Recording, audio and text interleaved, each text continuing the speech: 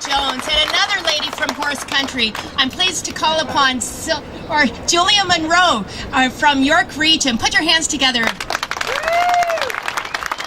Thank you very much, Lisa, and I'm pleased to be able to join you once again. I think the last time we were here, we were all shivering instead of just about passing out from the heat. But it just shows the importance that we attach and that you attach to this file. I think it came to all of us as a huge shock.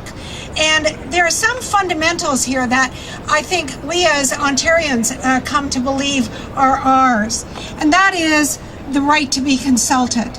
And when I look back on this file and I think back to the original agreement, which was just that, a negotiated agreement on slots and racetracks, and the kind of impact it had, certainly in my riding in Georgian Downs, and the benefits that came to that community.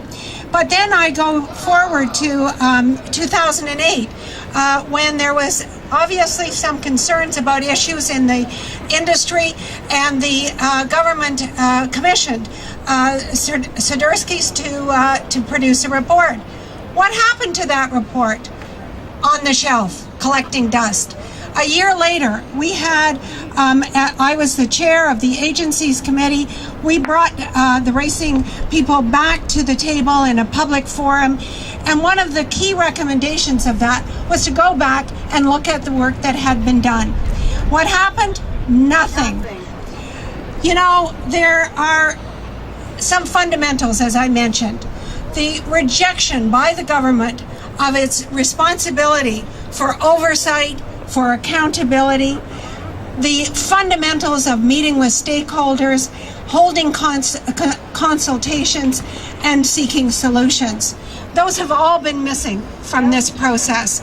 And you know more than I was astounded to see that all of a sudden, out of all the things that the government could think to do, they simply plucked the horse racing industry and effectively put it into death throes.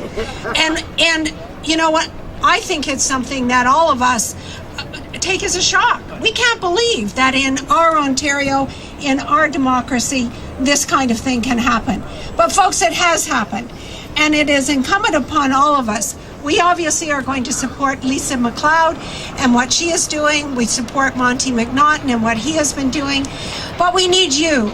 And I think you've heard that message from all of us, because it takes more than just us standing in the legislature coming to meetings. We need a groundswell.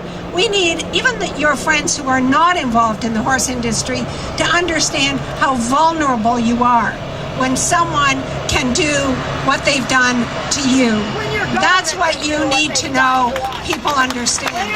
Thank you for coming.